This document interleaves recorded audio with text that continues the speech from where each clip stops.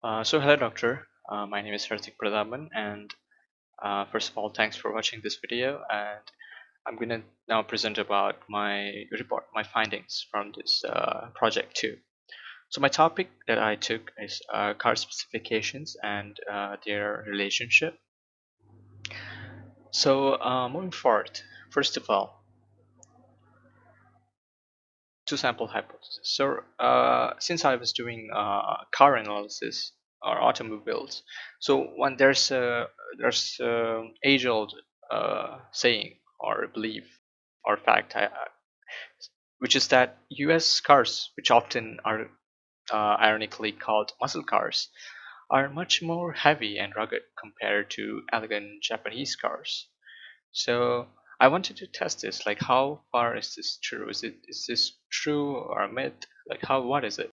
And I also knew that from a website called autojosh.com, which said that 40% of vehicles sold in Japan are unique classes of small vehicles. So Japanese people really prefer small vehicles. That's one of the reasons why US cars don't do really good in Japan, because the Japanese people prefer small cars, while US people prefer higher cars like four-wheelers.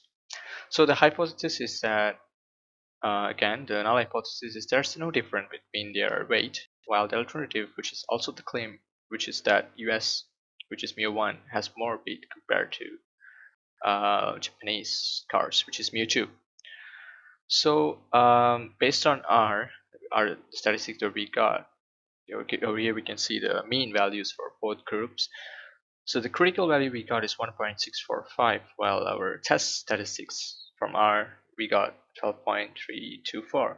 This is a negative, but since it's a right tail test, I made it positive over here, so it should be fine.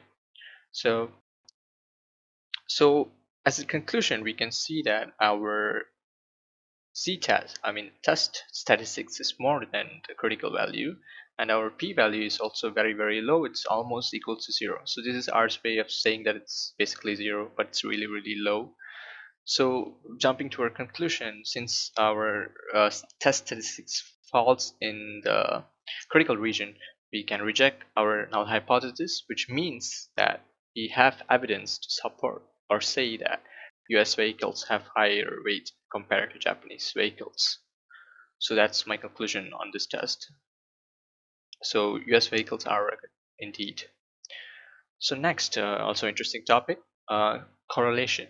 So first of all, this is a scatter plot. As you can see, one thing I did is I went on and removed all my outliers. So this is because we are going to be, these both are ratio variables, displacement and horsepower. So which means we are going to be using our Pearson method. If we are using Pearson method, I'm also aware that it is sensitive or biased towards outliers. So that's why I went through the struggle to remove these six values, because horsepower cannot be zero. That's not something true, which is true. So that's why I removed it, and now the data is much more clean. I'm happy with it. So with the no outlier graph, so as you can see, I made a good interpretation of whatever R said into a nice graphical form, which was easy.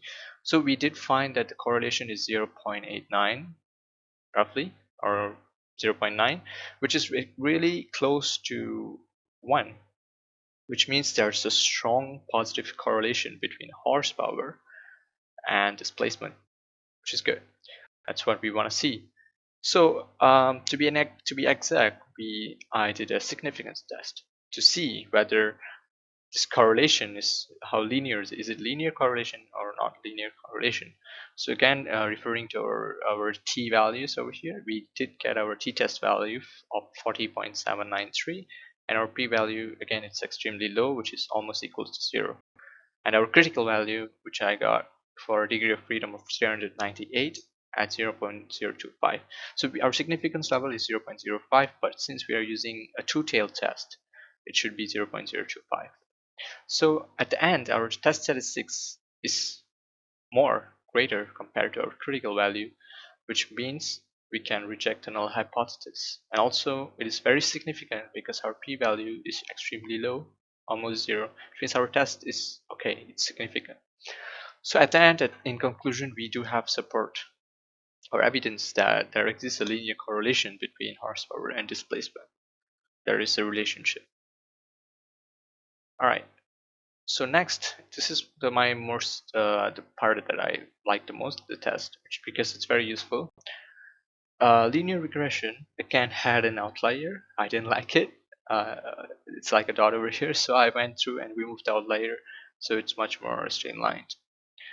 So this includes card from Japan, Europe, and US, all three countries. So and one more extra step I did is I did a density plot for our responding variable, which is weight, to see whether it's normally distributed or not. So you can see it's almost closer to normality, which means there's only one peak, extreme peak. This is like a curve. So there's one peak and it's almost normal, with a skewness of 0.49. So that's good.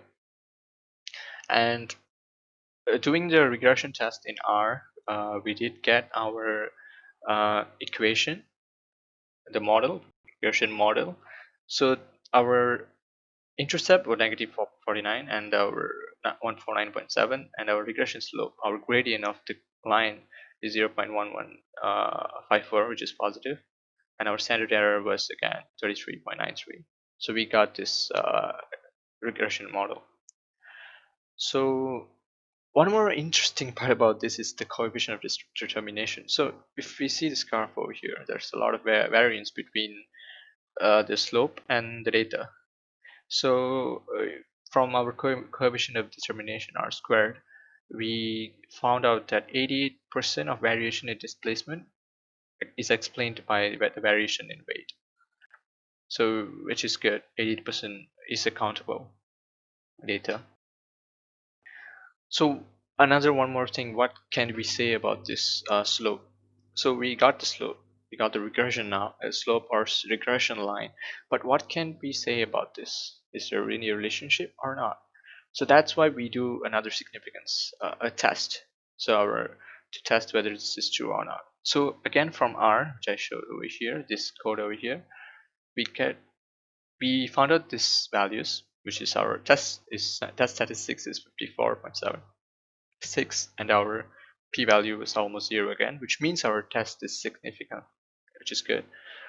And the critical value for degree of freedom for or 3 was 1.97. Again, it's a two-tailed test, so we have used 0.025. So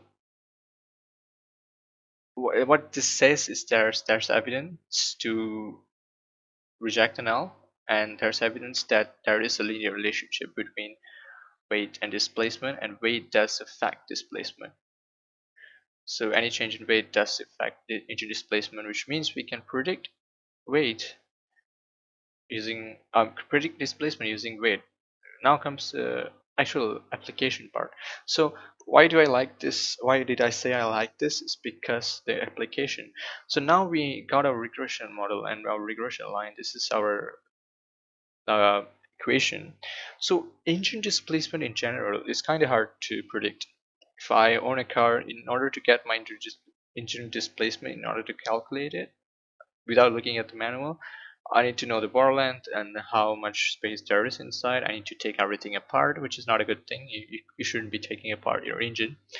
But one thing I can do is get my weight. I can know my weight of how much my car weighs, which is not that hard to find.